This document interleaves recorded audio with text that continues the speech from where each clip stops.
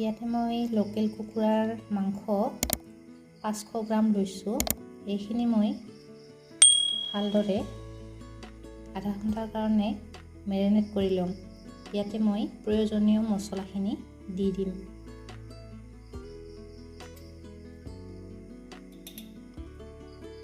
ইয়াতে অকণমান মই জিৰা গুড়ি দিছোঁ।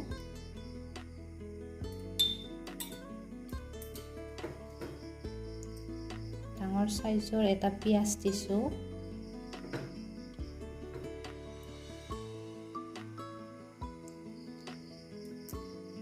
ইয়াতে মই নহৰু পেষ্ট দিছোঁ।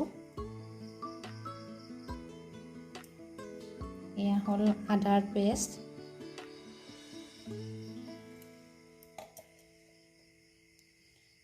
জোখ অনুযায়ী হালধি,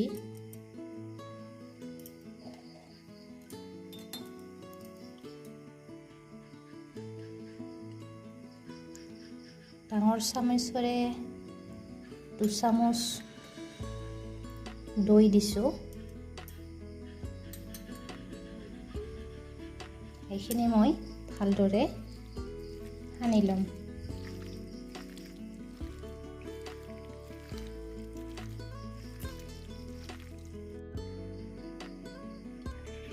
অকণমান চিকেন মছলা,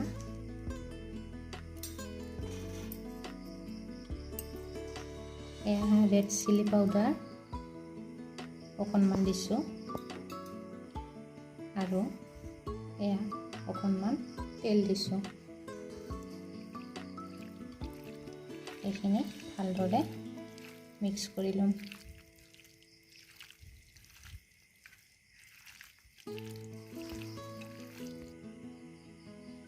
এইখিনি মোৰ মিক্স কৰা হৈ গৈছে।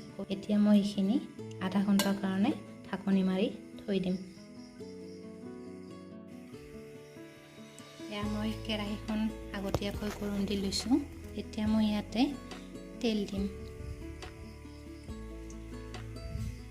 এয়া মোৰ তেলখিনি গৰম হৈছে। এতিয়া মই ইয়াতে ডাঙৰ আলু এটা ফ্ৰাই কৰি ল'ম।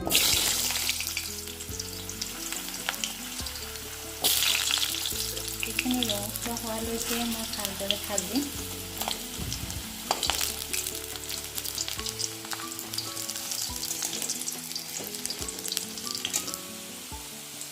অকণমান হালধিৰ গুড়ি দিছোঁ আৰু অকণমান নিমখ।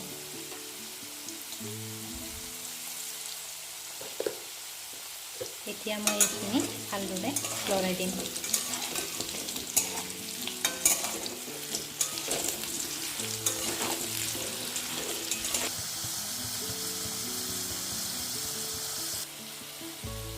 এতিয়া মোৰ আলুখিনি ৰঙচুৱা হৈছে। এতিয়া মই এখন প্লেটত এইখিনি সুমুৱাই লওঁ।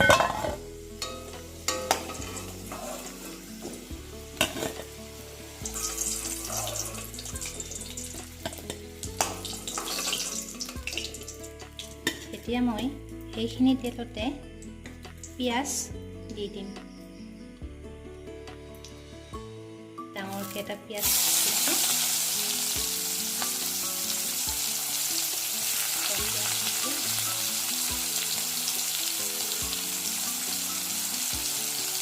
দুটা ইলাচি আৰু এয়া দালচেনি সৰু সৰুকৈ এটুকুৰা দি দিছোঁ আৰু এখিলা তেজপাত।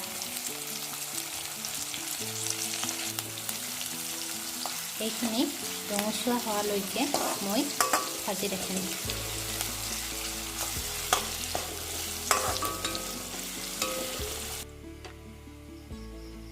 এয়া মোৰ মাংস মেৰিনেট কৰি থোৱা মাংসখিনি আধা ঘণ্টা হৈ গৈছে। এতিয়া মই এইখিনি কেৰাহীত দি দিম। এয়া মোৰ পিঁয়াজখিনি ৰঙচুৱা হৈছে। এতিয়া মই ইয়াতে মাংসখিনি দি দিছোঁ। এতিয়া মই এইখিনি ভালদৰে লৰাই দিম।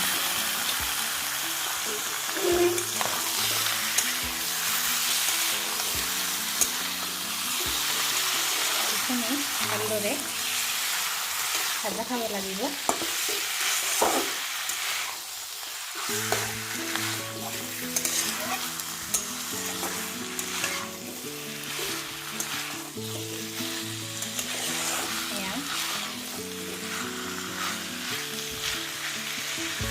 মই এইখিনি ঢাকনি মাৰি 3 মিনিটৰ কাৰণে থৈ দিম।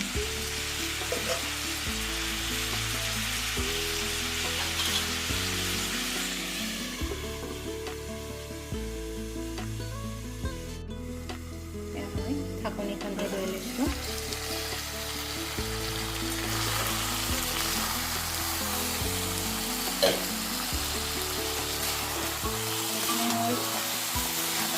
আধা ভজা হৈ গৈছে। এতিয়া মই ইয়াতে জোখ অনুযায়ী নিমখ দিম।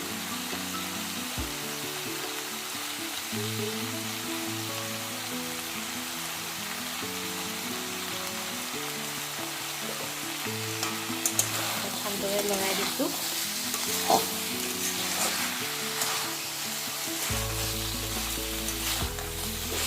ভাজি লোৱা আলুখিনি দি দিছোঁ। এইখিনি মই ভালদৰে লৰাই দিম।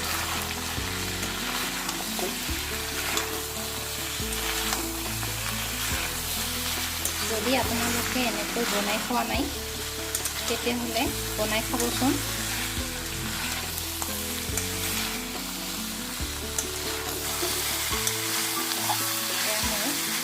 মাংসখিনি ভজা হৈছে। ইয়াতে মই অকণমান পানী দি দিছোঁ। এয়া গৰম পানী লৈছোঁ। এতিয়া আকৌ এবাৰ ভালকৈ লৰাই দিছোঁ।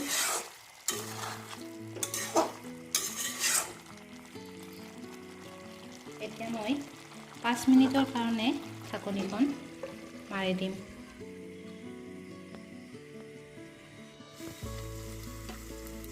মই ঢাকনিখন এৰুৱাই লৈছোঁ। মাংসখিনি মোৰ ভজা হৈ গৈছে। এতিয়া মই ইয়াতে গৰম পানী দি দিম।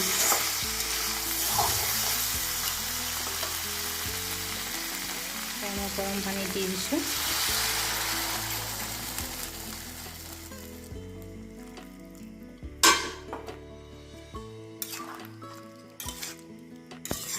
এইখিনি ভালদৰে উতলালৈকে মই ঢাকনি মাৰি থৈ দিম।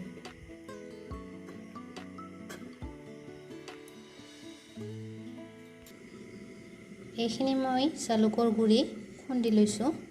এয়া মান ধনিয়াৰ পাত কেইটামান, এয়া পদিনাৰ আগ কেইটামান আৰু কেঁচা জলকীয়া সৰু 3টা লৈছোঁ। এইখিনি মই এতিয়া মাংসত দিম। পদিনাৰ পাত আৰু মান ধনিয়াৰ পাতখিনি মই সৰু সৰুকৈ কাটি ল'ম। এইখিনি এতিয়া মই ঢাকনিখন এৰুৱাই লৈছোঁ। এতিয়া মাংস ভালদৰে উতল আহি আছে।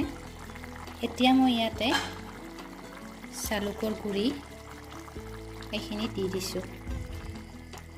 লগতে সৰুকৈ কেঁচা জলকীয়া আৰু এইখিনি মান ধনিয়া আৰু পদিনাৰ পাত দি দিছোঁ।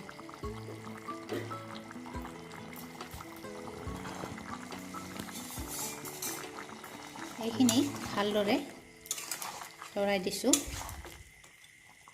এয়া মোৰ মাংস ৰেডি হৈ গ'ল। যদি মাংসৰ ৰেচিপিটো ভাল লাগে তেতিয়াহ'লে আপোনালোকে লাইক, শ্বেয়াৰ আৰু ছাবস্ক্ৰাইব কৰি দিব। এয়া মই জালুকৰ মাংসখন হৈ গ'ল। মই ইয়াতে অকণমান জোল ৰাখিছোঁ, যিহেতু এইখন জলকীয়াৰ আঞ্জা হয়, সেইকাৰণে। যদি আপোনালোকে ভাল পায় তেতিয়াহ'লে বনাই খাব।